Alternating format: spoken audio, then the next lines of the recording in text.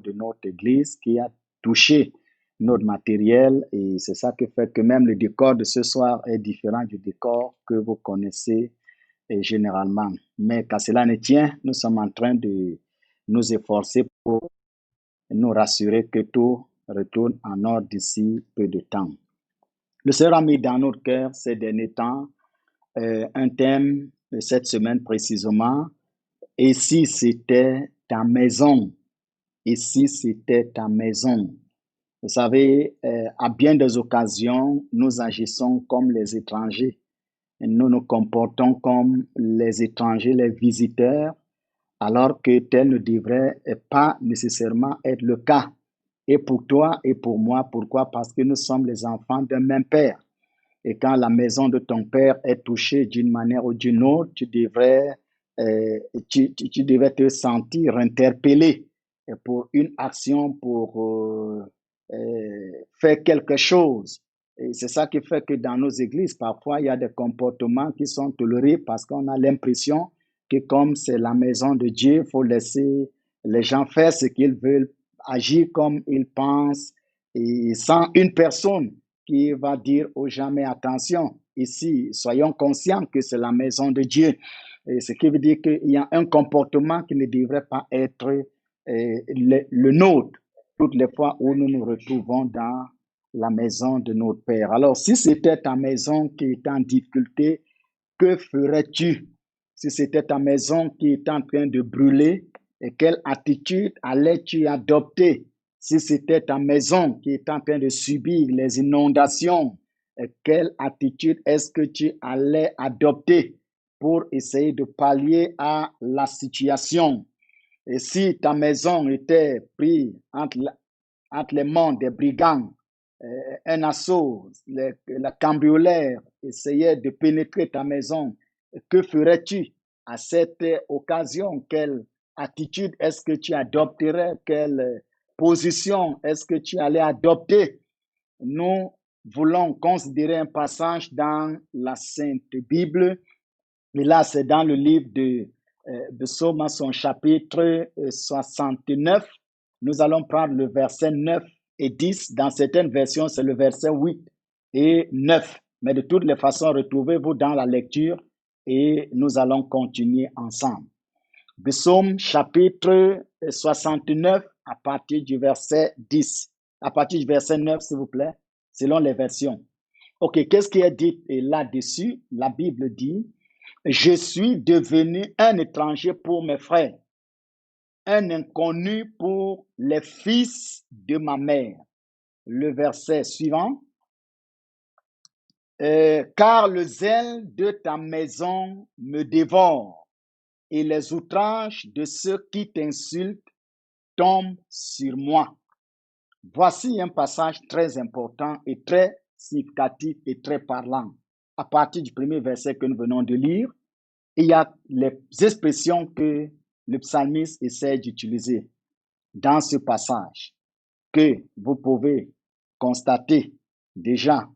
Le psaume chapitre 69 à partir du verset 10, selon les versions telles que je l'ai énoncées déjà, dit,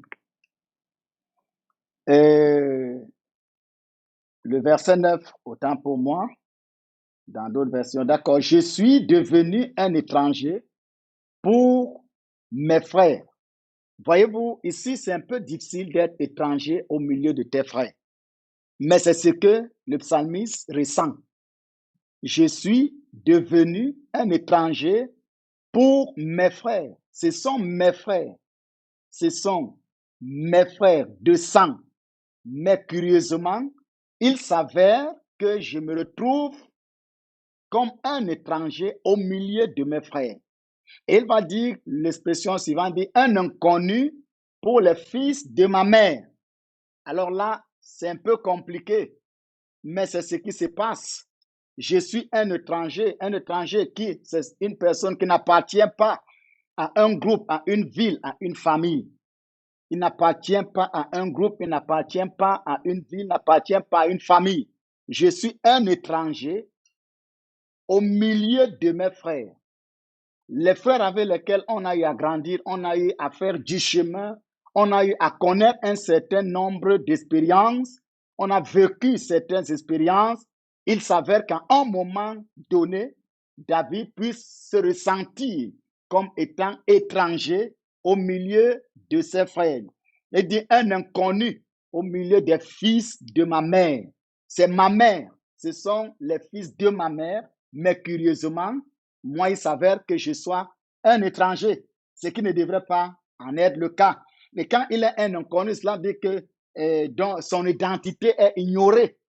L'identité de David est ignorée au milieu de ses propres frères, qui étaient censés le connaître, qui étaient censés euh, euh, savoir que c'est leur frère, mais il est un inconnu. Et c'est généralement ce qui se passe parfois dans la vie commune.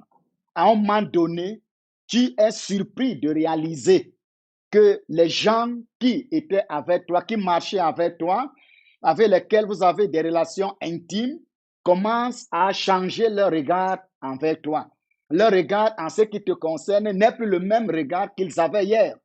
L'attitude qu'ils ont de toi aujourd'hui n'est plus la même attitude qu'ils avaient hier. Le comportement qu'ils avaient de toi hier n'est plus le même comportement qu'ils ont envers toi aujourd'hui. Alors tu te trouves complètement perdu dans ce milieu. Tu te retrouves comme un étranger. Tu te retrouves comme un inconnu. Parce que quoi? C'est-à-dire en quelque sorte, les gens semblent t'ignorer. Tu es ignoré. Alors que ce sont tes frères, ce sont tes sœurs.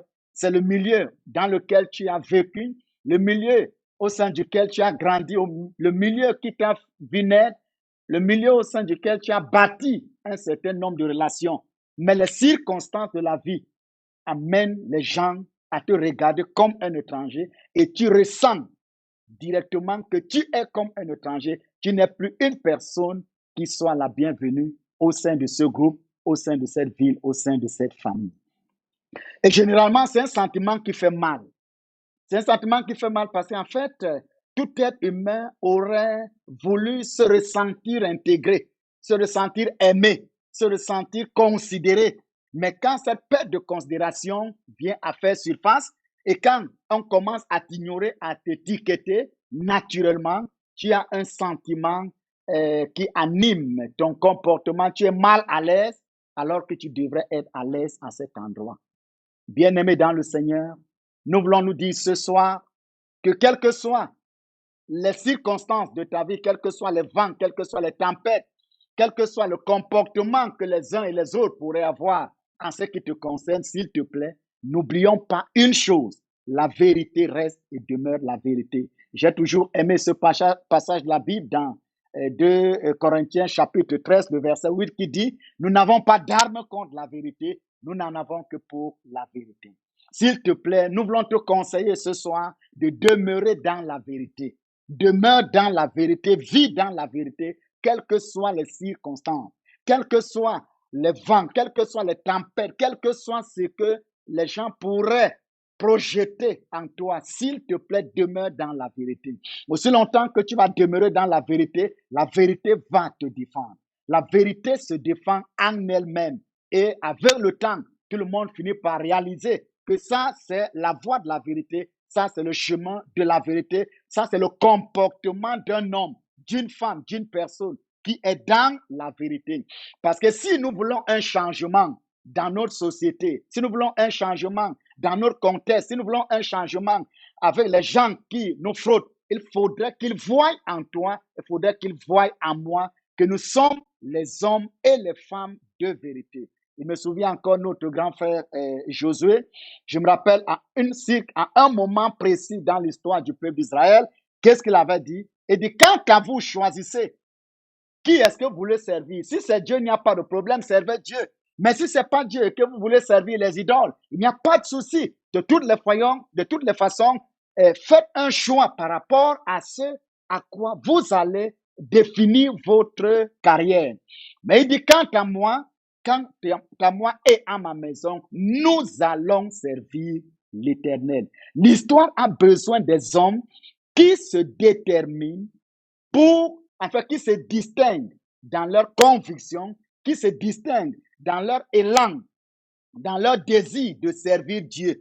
Il y aura toujours l'opposition. Ne nous leurrons pas là-dessus. Il y aura toujours l'opposition dans l'œuvre de Dieu, dans le ministère, dans la vie. Il y aura toujours l'opposition. Mais s'il te plaît, définis-toi comme une personne qui restera dans la vérité. Définis-toi comme une personne qui va demeurer dans la vérité. Définis-toi comme une personne qui a fait déjà son choix. Et c'est un choix non négociable. C'est-à-dire, je vais servir l'Éternel, quelles que soient les circonstances. Que même si tous mes amis venaient à m'abandonner, même si tous mes frères venaient à s'écarter de moi, même si tous mes frères pouvaient me rejeter, m'étiqueter, il faudrait que je reste et je demeure dans la vérité. En demeurant dans la vérité, que ça soit tôt ou tard, beaucoup de personnes finiront par réaliser que tu es un homme de vérité, tu es une femme de vérité et ils vont te suivre.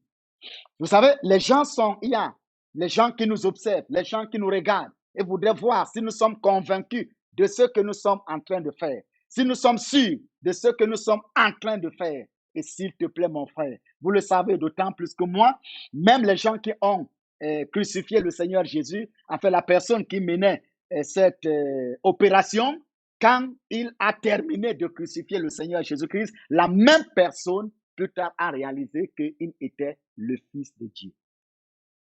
Or, David est en train de dire quelque chose, un sentiment qui bouleverse généralement la vie de plusieurs d'entre nous. Je suis un étranger au milieu de mes frères. Je suis un inconnu au sein des fils de ma mère. Oh, que tel ne soit pas ton cas, que ce soit dans le domaine spirituel, dans le domaine physique, dans le domaine social, notre prière, notre souci, c'est que la grâce de Dieu qui t'a toujours soutenu continue de te soutenir. Alors, qu'est-ce que David dit? Le verset qui suit, après qu'il ait situé le contexte, enfin le ressenti qu'il a par rapport au contexte dans lequel il se retrouvait, et il va dire quelque chose, car le zèle de ta maison me dévore. Pourquoi je suis un étranger? Pourquoi je suis inconnu au milieu des miens? C'est parce que je suis pris par une passion, par un zèle, par un amour profond à l'endroit de la maison de Dieu. L'amour pour la maison de Dieu, l'engagement pour les choses de Dieu, la détermination pour suivre le Seigneur et pour me distinguer, pour faire ce qui est vrai. Parce que quand nous avions vu cela ce matin, voyez-vous, quand on était en train, le peuple d'Israël était en train de rebâtir les murs de Jérusalem, il y a toujours eu des gens comme Sanballat Tobidja qui se sont levés pour s'opposer et pour ridiculiser le peuple d'Israël et pour leur faire comprendre que ce que vous faites là ne va pas porter. De toutes les façons, un renard pourrait se jeter facilement sur votre mur et l'écraser. Voyez-vous? Et même à l'époque d'Esdras, il y avait toujours encore les opposants. D'une génération à une autre, il y a toujours les opposants. Et David dit ici, car le zèle de ta maison, l'amour que j'ai pour ta maison, l'amour que je prouve pour la maison de Dieu, comment puis-je dormir, comme le disait David, comment puis-je dormir en paix pendant que la maison de mon Dieu est en train de se détruire? Comment puis-je être en paix? Comment puis-je me ressentir à l'aise? Comment puis-je continuer ma vie comme si de rien n'était, alors que la maison de mon Dieu, pas du Dieu d'un étranger. Si c'est le Dieu d'un étranger, ça se comprend. Mais s'il est vrai que c'est la maison de ton Dieu, cela suppose qu'il y a une alliance entre Dieu et toi. Si c'est la maison de ton Dieu, cela suppose qu'il y a une relation entre Dieu et toi. Si c'est la maison de ton Dieu, cela suppose que tu es conscient que la vie que tu as, tu la tiens de Dieu. Si c'est la maison de ton Dieu, cela suppose que tu es conscient, tu es supposé être plus conscient que tout le monde, que la vie que tu mènes, ce que tu es et ce que tu as été hier et ce que tu seras demain dépend de ce Dieu-là. Et comment puis-je mépriser les choses de Dieu? Comment puis-je négliger les choses qui appartiennent à Dieu? En d'autres termes, comment puis-je être indifférent? Comment puis-je manifester de l'indifférence Comment puis-je me comporter comme si, oh bien-aimé, comment est-ce que je peux arriver à un tel sentiment, à une telle attitude de ne plus ressentir que voici la condition dans laquelle la maison de mon Dieu se retrouve. Quand nous lisons la Bible d'un bout à un autre, nous voyons comment les Israélites, Esdras, comment il est en train, c'est-à-dire il est touché par la condition du peuple de Dieu et par l'état dans lequel les murs de Jérusalem se retrouvent. Et il dit, comment puis-je être en paix? Cet homme était dans une position privilégiée. C'est lui qui était le chanson de l'empereur. Donc c'est lui qui tenait la vie, en quelque sorte, l'empereur en ses mains. Parce que pour que l'empereur puisse boire, c'est lui qui lui cédait la coupe. Il pouvait empoisonner l'empereur. Donc il jouissait d'une confiance énorme. Mais quand il apprend le temps du peuple de Dieu, il apprend les conditions dans lesquelles les murs de Jérusalem se retrouvent. Non, Néhémie est tombé malade. Il a dit, tout sauf ça. Voici le lan que nous aimerions que chacun d'entre nous puisse avoir. Nous voulons que chacun d'entre nous soit animé d'un amour profond à l'égard de la maison de Dieu. Si de nos jours, on a des responsables inconscients, si de nos jours, on a des hommes de Dieu et qui ne respectent plus l'éthique ministérielle, si de nos jours, on a des leaders qui ne respectent plus la maison de Dieu, nous devons comprendre d'ores et déjà qu'il y a une sorte de rétrogradation par rapport à notre premier amour des choses de Dieu. Nous avons régressé. Nous ne sommes plus dans cet élan du départ et le cri de notre cœur en disant, et si c'était ta maison?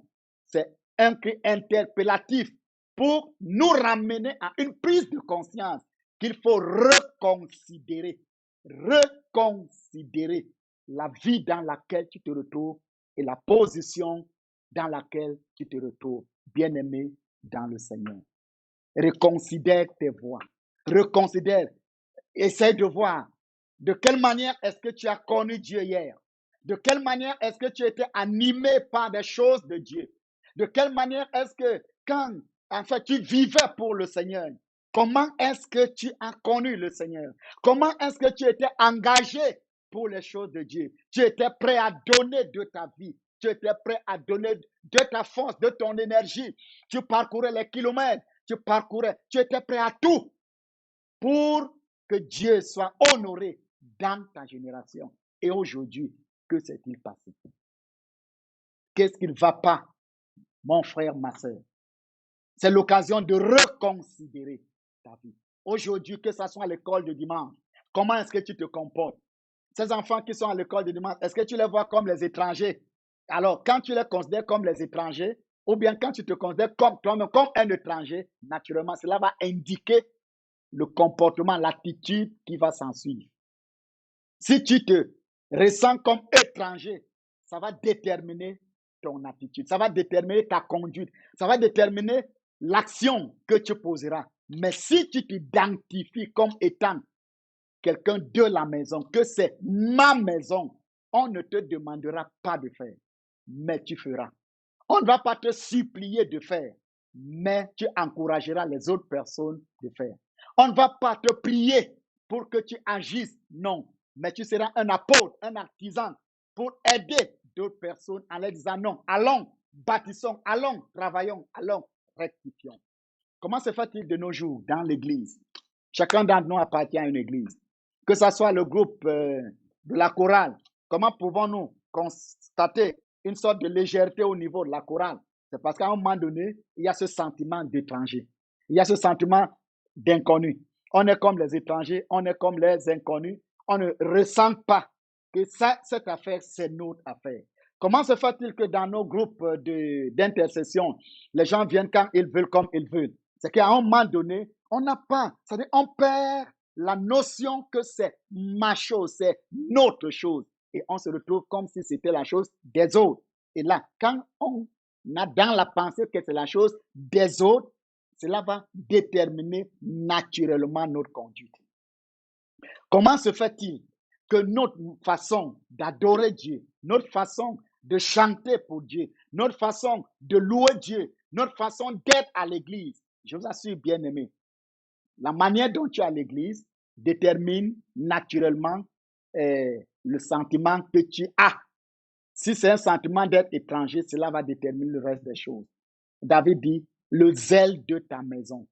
Je suis combattu. Je suis un étranger pour les autres. Pourquoi? Parce que quand tu deviens un homme, une femme qui s'engage pour Dieu, s'il te plaît, nous voulons te dire, il y aura de l'opposition. Il y a les gens qui vont s'opposer à toi. Si tu t'engages à faire ce que nous sommes en train de faire présentement, je vous assure, il y a des gens qui vont nous combattre. Vous dire, il y a des gens qui nous combattent. Il y a des gens qui vont dire, mais qu'est-ce qu'ils font là? Est-ce qu'ils iront loin? Et si tu t'engages à être technicien dans un domaine quelconque, tu es en train de servir, il y a des gens qui vont te combattre. Il y a des gens qui vont se lever contre toi. Mais nous voulons te dire que cela ne te décourage pas. La vérité finit toujours par triompher avec le temps. Et si c'était ta maison, ne te comporte jamais dans les choses de Dieu comme un étranger. Ne te comporte jamais dans les choses de Dieu comme étant un inconnu, à moins que tu n'aies pas connu Dieu. À moins que tu n'as pas une relation avec Dieu. Mais si tu es un enfant de Dieu, si tu es un homme de Dieu, serviteur de Dieu, servant de l'Éternel, quand la chose de Dieu est concernée, sans toi, partie prenante de cette entreprise, de cette activité. Et cela va t'aider à pouvoir apporter de ton énergie, à pouvoir apporter de ta force, à pouvoir apporter de ton argent, à pouvoir apporter de ton argent, parce que tu sais que cet argent m'a été donné par Dieu. C'est que je suis. Le Seigneur le disait toujours à David, quand il réalisait que David veut un peu se comporter d'une certaine manière, qu'est-ce qu'il disait à David? Il disait à David, rappelle-toi là où je t'ai pris. Tu étais derrière les brebis, perdues dans le champ. C'est là où tu étais, c'est là où je t'ai pris. Chacun d'entre nous, nous avons été pris quelque part. Et nous devons en être reconnaissants envers l'Éternel. Et de le zèle de ta maison.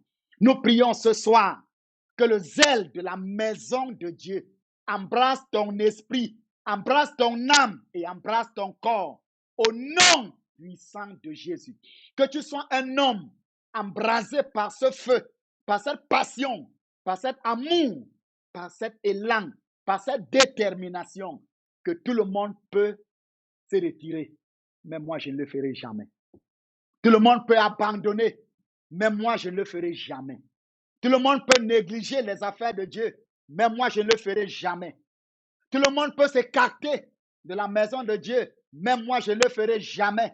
Non, je ne le ferai jamais. Je ne le ferai jamais. Le Seigneur dit à David, maintenant tu diras à mon serviteur David, ainsi parle l'Éternel des armées, je t'ai pris au pâturage derrière les brebis pour que tu fusses chef sur mon peuple, sur Israël. Rendez-vous compte, quelle devrait en être la tristesse, le ressenti de Dieu pour te dire que, rappelle-toi, là où je t'ai pris, rappelle-toi, là où je t'ai tiré, c'est parce qu'à un moment donné, Dieu dit que mon serviteur se prend la tête, comme on dit généralement.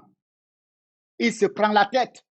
Il te dit, non, mais attention, reviens en ordre. Rappelle-toi, là où je t'ai pris.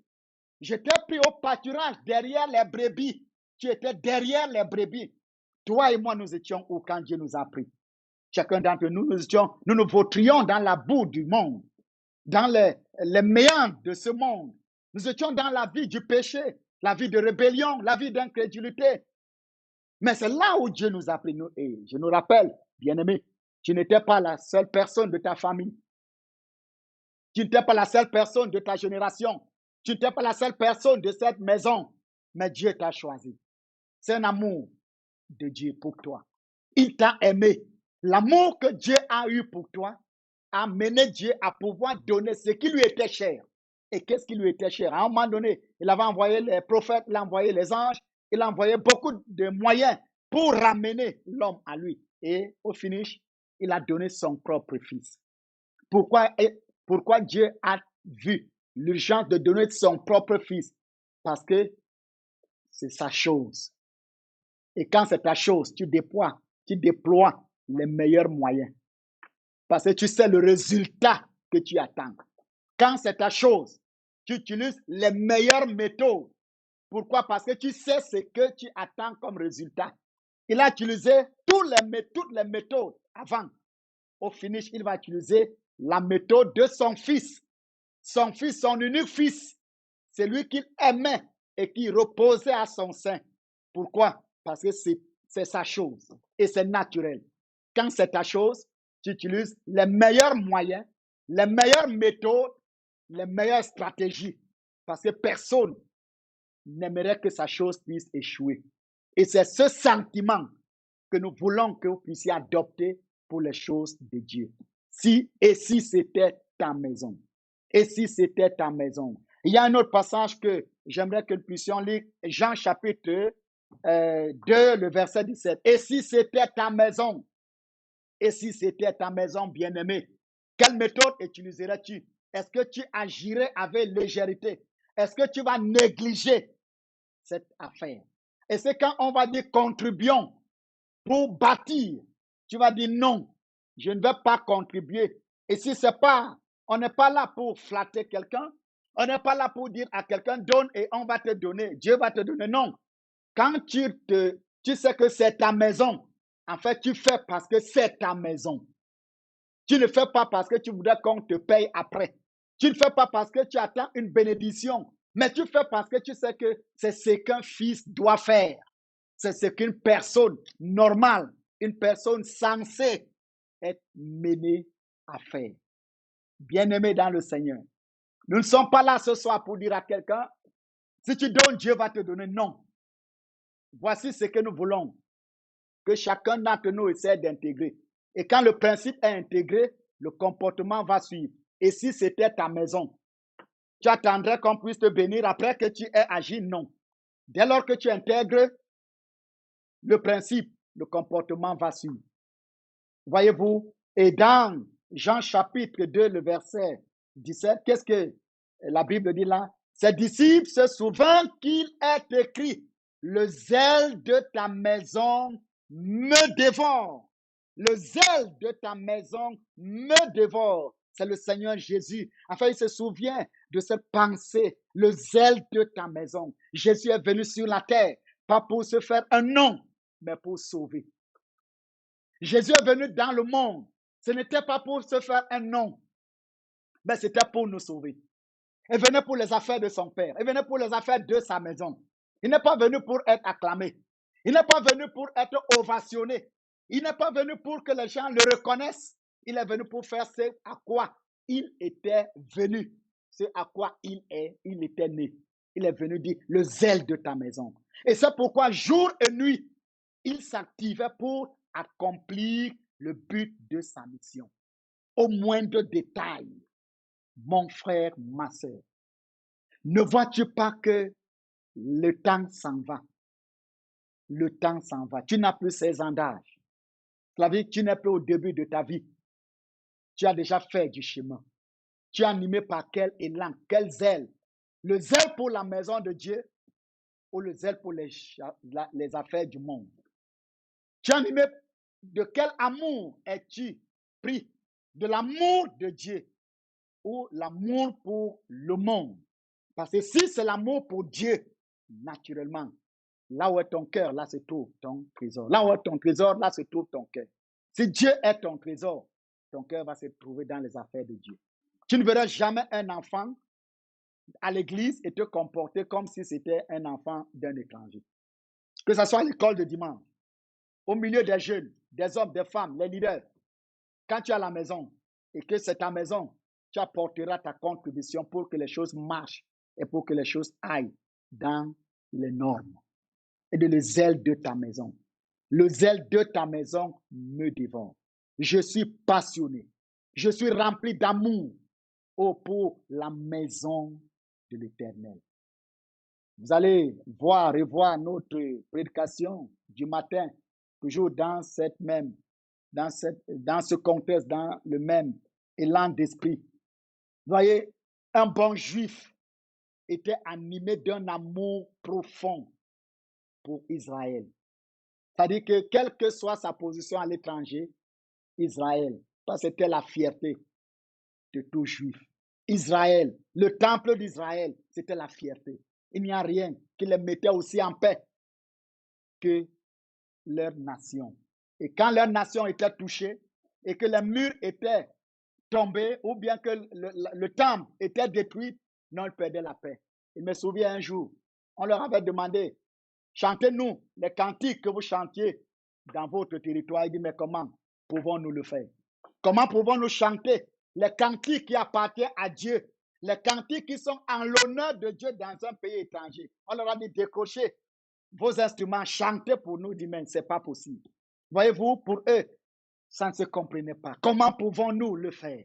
Comment pouvez-vous imaginer que nous allons nous réduire à ce que vous êtes en train d'avancer? On ne peut pas. L'amour pour la maison de Dieu. Mon frère, quel est le niveau de l'amour que tu as pour la maison de Dieu? Cela détermine ta relation avec Dieu. Cela détermine ton alliance avec Dieu. J'ai apprécié le prédicateur de ce matin. Il a dit quelque chose que j'aimerais que vous puissiez aller à YouTube ou bien Facebook pour réécouter. Il dit quand l'honneur qui revient à Dieu, la gloire qui revient à Dieu est restaurée naturellement, le Dieu des cieux fera le reste pour toi. Mais quand c'est ton honneur que tu recherches, quand c'est ta gloire, ta satisfaction que tu recherches, naturellement, tu n'auras pas ce que tu veux. Pourquoi? Parce que la vraie bénédiction, il a dit ce matin, ce n'est pas un homme qui le donne, mais c'est Dieu qui touche le cœur. C'est Dieu qui agit dans le cœur pour que tu puisses, enfin, qui met ce désir, cette volonté et les moyens nécessaires. Il a pris un exemple. Quel exemple? L'exemple de Mephibosheth. Et quels sont les mots que David avait utilisés? Y a-t-il quelqu'un de la maison de Saoul pour que juge envers lui? Quel type de bonté? La bonté de l'Éternel. S'il vous plaît. Quelle est ton attitude envers la maison de Dieu? Quand tu vois cette maison, quand tu vois la maison où nous nous trouvons présentement, la manière par laquelle les choses sont en train de se dérouler présentement, aujourd'hui, notre direct, je suis en train de le faire à partir de mon bureau. Pourquoi? Parce que la maison a subi les inondations. Nous avons subi les inondations. Donc, l'eau, la hauteur des eaux dans certains endroits, à l'intérieur, était environ 1 mètre de hauteur. Alors, après avoir vu ce qu'on a vu et tout ce que les gens ont pu dire au niveau des médias, là n'est pas nos soucis. Parce qu'en fait, nous ne sommes pas là pour servir l'homme, nous sommes là pour servir Dieu, mais nous parlons aux enfants de Dieu. Quelle devrait être ton attitude, quel devrait être ton ressenti par rapport à cette maison? Bien-aimé. Prenons le dernier passage avant que nous puissions clôturer. Romains chapitre 15, le verset 3. Quel devrait être ton ressenti? Et si c'était ta maison, resterais-tu tranquille? Resterais-tu à l'aise? Resterais-tu silencieux? Serais-tu indifférent? Ne sais-tu pas que quand tu t'occupes de Dieu, Dieu s'occupe de toi? Quand tu prends soin des affaires de Dieu, par ricochet, Dieu prendra soin de toi. David avait dit à Dieu, je veux te bâtir une maison. Dieu a dit à David, ok, il n'y a pas de souci, j'ai compris ton attitude, ton élan, ton désir. Tu ne le feras pas, ton fils le fera, même moi, je te bâtirai une maison. Et il y aura toujours une personne de ton sang, de ta liée, de ta descendance qui sera assise sur le trône. Quand tu décides de faire pour Dieu, Dieu le fait pour toi. Et le fait au-delà de ton désir de le faire pour lui. Parce qu'en fait, tu es fait pour Dieu, ne l'ignore jamais. Alors, dans Romains chapitre 15, le verset 3, nous avons encore là une pensée, toujours pour soutenir le passage central que nous venions de lire. Il dit, car Christ ne s'est point complu en lui-même. Christ ne s'est point complu en lui-même. Il ne cherchait pas son honneur. Il ne cherchait pas son élévation. Il ne cherchait pas sa célébrité. Non, ce n'était pas le focus. Il est venu pour servir. Il est venu pour être un modèle. Il est venu pour être un exemple. Christ ne s'est pas compris en lui-même, mais selon qu'il est écrit, les outrages de ceux qui t'insultent sont tombés sur moi. En fait, quel est le problème? Les outrages de ceux qui t'insultent sont tombés sur moi. Je voudrais chuter en disant à tous nos bien-aimés qui nous suivent, de loin comme de près, quand tu sers Dieu, sache que tu connaîtras des insultes, mais que cela ne te décourage pas. Quand tu sers Dieu, tu connaîtras l'incompréhension, mais que cela ne te décourage pas. Quand tu sers Dieu, tu connaîtras le rejet même de ceux qui étaient tes compagnons, mais que cela ne te décourage pas. Ceci est en train juste, c'est un indicateur que tu es sur la bonne voie et qu'il faille que tu persévères jusqu'à la fin. Qu'il faille que tu sois fidèle à Dieu jusqu'à la fin. Parce que ta fidélité à Dieu permettra à ceux qui t'ont rejeté hier de réaliser au travers de ta vie que tu as été différent. Je vous assure, ces gens finiront par revenir. Ces gens, tes amis là, vont revenir si jamais ils doivent hériter le ciel avec nous, s'il te plaît. Et si c'était ta maison? Et si c'était ma maison? Et si c'était notre maison? Quelle serait notre attitude? Et même, nous voulons dire, nos projections là, et tout ce que nous faisons là, si c'est pour toi, que ferais-tu? Tu vas nous appeler pour dire que j'ai ressenti qu'il y a un problème à quelque part là, et qu'est-ce qu'on peut faire pour que nous puissions apporter une solution? Pourquoi? Parce que ne prends pas ça comme si c'était l'affaire du pasteur, l'affaire d'une personne. Non. C'est notre YouTube là, notre espace qu'on utilise là. Au niveau de Facebook, si c'était ta maison, si c'était ton activité, si c'était ta chose, je suis sûr, je suis convaincu que s'il y a un dérapage, tu vas appeler pour dire, oh, bien-aimé, il y a un problème à tel endroit. Qu'est-ce qu'on peut faire pour apporter les éléments de solution? Parce que nous voulons que la gloire revienne à Dieu et non à un homme. Beaucoup de personnes s'allient facilement dans le côté opposé pour critiquer de manière négative, insulter, au lieu d'apporter des solutions. Parce qu'en fait, ce sont les étrangers, ils ne sont pas les personnes de la chose. Quand vous êtes de la chose, vous utilisez les meilleures méthodes, les meilleurs moyens, les meilleures stratégies pour améliorer et vous rendre compte que la chose répond aux normes. Nous voulons prier pour vous ce soir. Nous voulons prier que le Seigneur puisse t'aider, que le Seigneur puisse te soutenir, que le Seigneur puisse me soutenir. Et il y a ce cantique que Dieu a mis dans mon cœur tous ces derniers temps. Et nous sommes en train de le chanter. Vous allez nous entendre le chanter, rechanter. Et parce que Dieu a mis cela dans notre cœur comme un cantique de la saison. Un jour nous devrons quitter cette terre, comme le toit du jour disparaît, répondant à l'appel du divin Père. On se souviendra de ce que nous aurons fait. On se souviendra, on se souviendra, on se souviendra de ce que nous aurons fait. Répondant à l'appel du divin Père, on se souviendra de ce que nous aurons fait. Ceux qui suivront ne pourront se rappeler ce que nos visages, nos corps ont été. Ils récolteront ce que nous aurons semé. On se souviendra de ce que nous aurons fait. On se souviendra, on se souviendra, on se souviendra de ce que nous aurons fait. Recueillis près de Jésus, Prince de paix. On se souviendra de ce que nous aurons fait.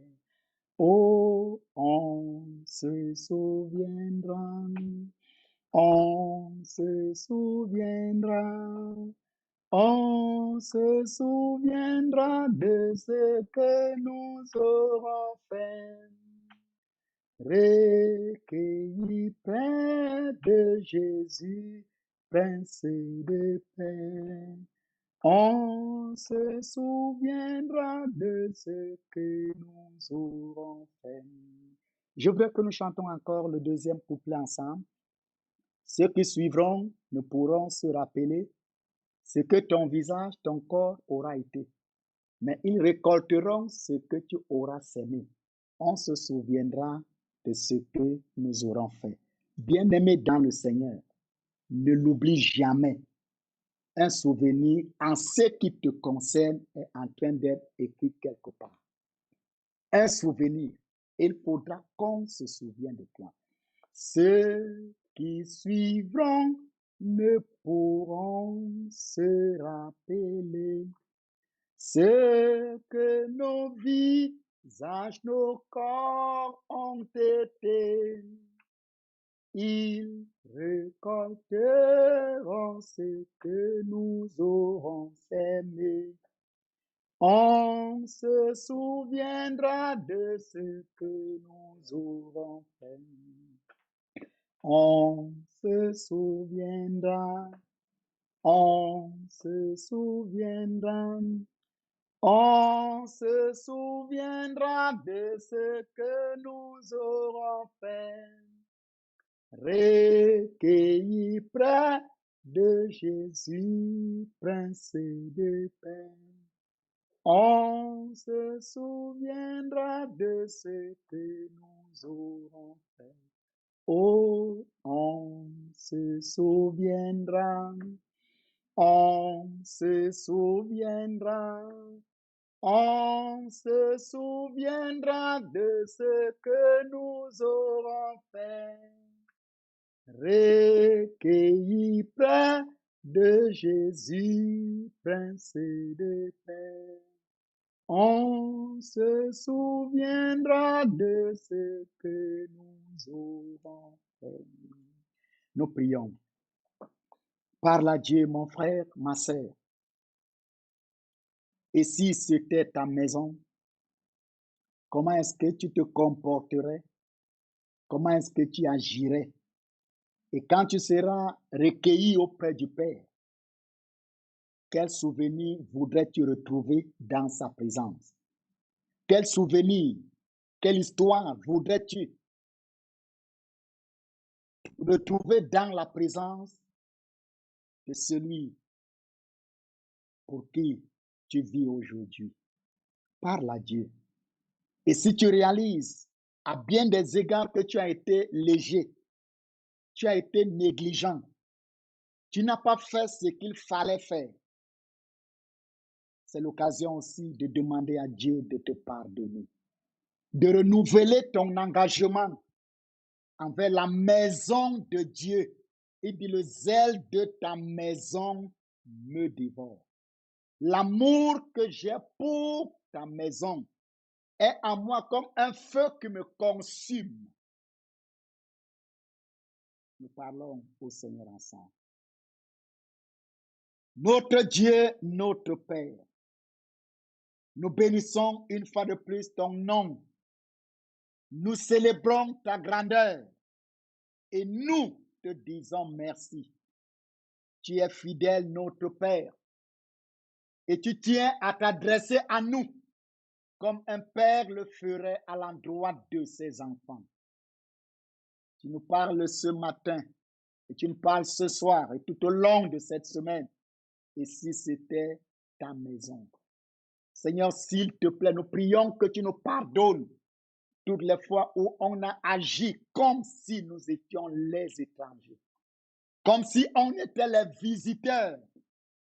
Papa, s'il te plaît, oh mon Dieu, s'il te plaît, nous prions que soit restauré au niveau de nos esprits, de nos âmes, de nos corps, le zèle de ta maison, l'amour pour ta maison. Oh mon Dieu, le zèle de ta maison, l'amour pour ta maison, la passion pour ta maison. Aide mon frère, aide ma soeur, aide-moi à nous ressentir, oh, comme étant les personnes qu'il faut dans la maison de Dieu en une saison comme celle-ci. Car ce n'est pas le hasard qui nous permet d'être là. Ce n'est pas le hasard. Mais Seigneur, c'est ton plan qui juste se réalise. Aide-nous de ne pas rater, Seigneur, le but pour lequel nous sommes ensemble et que nous sommes vivants en cette saison. Je t'en supplie, Seigneur. Réveille l'esprit de mon frère comme tu l'avais fait au temps de Néhémie, au temps d'Esdras. Oh mon Dieu, s'il te plaît, réveille l'esprit de ton peuple. Réveille l'esprit de mon frère, de ma soeur, celui qui dormait encore. Oh mon Dieu, celui qui est en train de rêver. Nous prions que tu réveilles nos esprits afin que nous puissions ressentir comme tu ressens. Oh mon Dieu, et que nous puissions vivre ce que tu vis en une saison comme celle-ci et que nous puissions agir comme tu aurais pu agir si tu étais là. Mais effectivement, tu es là au travers de moi, au travers de mon frère, au travers de ma soeur. Seigneur, s'il te plaît, nous prions pour un éveil au niveau de notre esprit. Et comme tu nous le disais encore ce matin, et si nous luttons pour restaurer ta gloire, tu lutteras pour restaurer nos vies, nos maisons, nos familles, nos activités, nos entreprises, notre santé. Seigneur, s'il te plaît, aide-nous de comprendre le temps et l'interpellation, laquelle tu nous manifestes. Bénis et sanctifie ta parole au nom puissant de Jésus-Christ. Amen. Nous voulons prier maintenant pour ceux qui sont malades. Tu mets juste ta main là où tu sens mal. Et si tu as beaucoup de maux, Bobo, tu mets tes deux mains sur ta tête pour que nous puissions prier et pour une intervention divine, que le Seigneur puisse agir profondément dans ta vie et sur le plan de la santé. Et il est là ce soir pour te guérir et pour te libérer et pour t'accorder sa bénédiction. Éternel, notre Dieu, notre Père, la distance n'a jamais été une barrière pour toi. Nous élevons au trône de ta grâce nos frères et sœurs, nos bien-aimés, où qu'ils puissent se retrouver, qui sont malades. Notre Père, qui sont malades, nous prions parce que tu as dit dans ta parole, tu es l'Éternel Dieu qui nous guérit de toute infirmité. Papa, s'il te plaît, nous prions que ta main qui guérit localise mon frère, localise ma sœur, localise, oh Seigneur, tous ceux qui nous sont chers, tous ceux qui sont en train de nous suivre. Et nous commandons à tout mauvais esprit, à toute influence du monde des ténèbres, opérant contre ton esprit, âme et corps, de libérer ta destinée, au nom puissant de Jésus-Christ. Nous commandons à tout esprit de suicide de libérer ton esprit, de libérer ton âme, de libérer ton corps. Que tout esprit de suicide, tout démon de suicide qui voudrait te pousser au suicide, nous commandons à cet esprit méchant de libérer ta destinée. Au nom de Jésus-Christ, du sommet de ta tête à la plante de tes pieds, nous commandons à toute infirmité, infirmité des os, infirmité au niveau de la colonne vertébrale, infirmité au niveau de ta tête, au niveau de ta poitrine, au niveau de ton ventre, de tes jambes. Nous commandons à cette maladie de libérer ton corps, de libérer ton corps au nom puissant de Jésus-Christ. Que ce soit un mal clinique ou un mal d'origine mystique, nous commandons à l'influence négative de libérer ton corps, ton esprit, âme et corps, du sommet de ta tête à la plante de tes pieds, au nom de Jésus. Et nous commandons à la maladie de libérer ton corps. Quelle que soit la nature de ces blocages, quelle que soit la nature de ces blocages, oh mon Dieu, mon Père, nous commandons à toute manipulation, de libérer ton esprit. Quiconque manipule ta vie, manipule tes affaires, manipule ton foyer, manipule tes activités, nous commandons à ces démons de manipulation, à cet esprit méchant, de libérer ton foyer, de libérer tes affaires, de libérer ta carrière, de libérer tes études, au nom de Jésus. Notre Dieu, notre Père, tu es apparu enfant de nous libérer des œuvres des ténèbres. Mon Dieu, mon roi, quelle que soit la malédiction qui a été jetée, dans la vie de mon frère, Seigneur, dans sa maison, dans ses activités, au niveau de sa santé, nous commandons à cette malédiction de libérer ta destinée, de libérer ta maison, de libérer tes affaires. Que l'esprit de mort précoce dans ta famille soit anéanti ce soir. Et nous commandons à cet esprit de mort précoce de libérer ta vie, de libérer ta maison, de libérer ta famille. Notre Dieu, notre Père, nous prions pour ta grâce, nous prions pour ta bénédiction, nous prions pour ta restauration. Oh mon Dieu, par-dessus tout, restaure ton amour dans nos cœurs. Restaure ton amour, oh Dieu.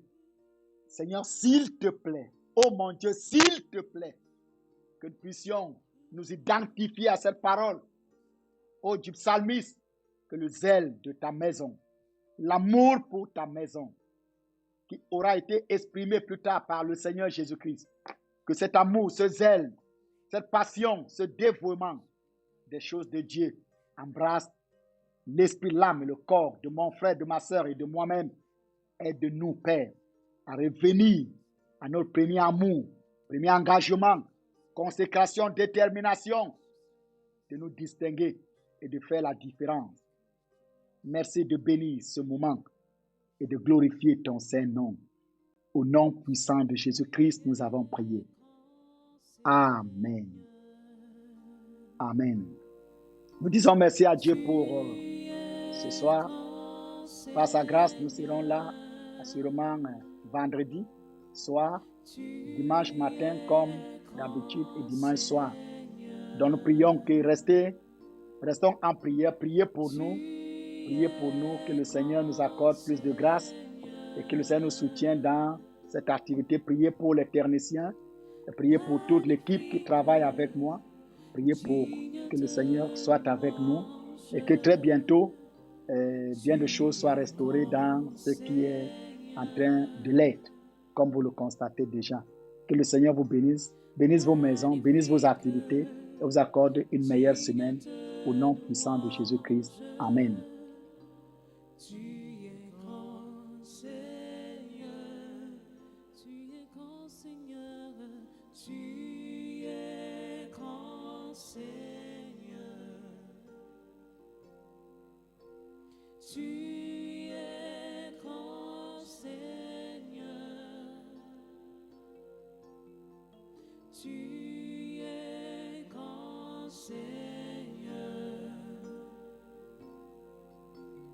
Tu es grand Seigneur,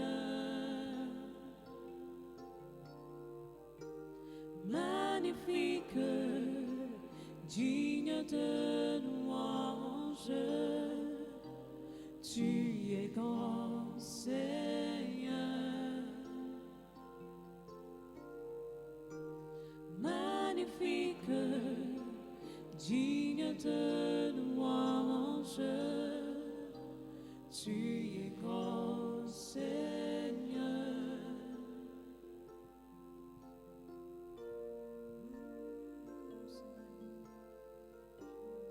Tu es grand. Tu es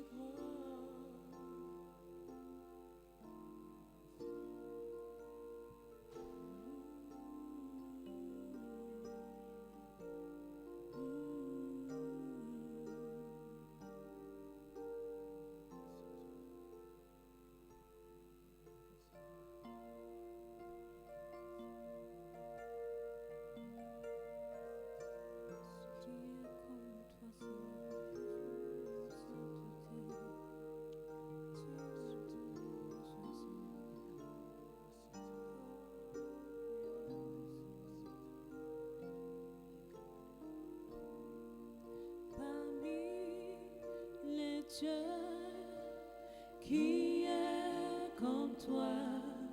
Tu es magnifique en sainteté, digne de louange, opérant des prodiges. Parmi les dieux qui est comme toi, tu es magnifique en sainteté, digne de louange, opérant des prodiges. Parmi les rois qui est comme toi, tu es magnifique en sainteté, digne de louange, opérant des prodiges. Parmi les rois qui est comme toi, tu es magnifique en sainteté, digne de louange.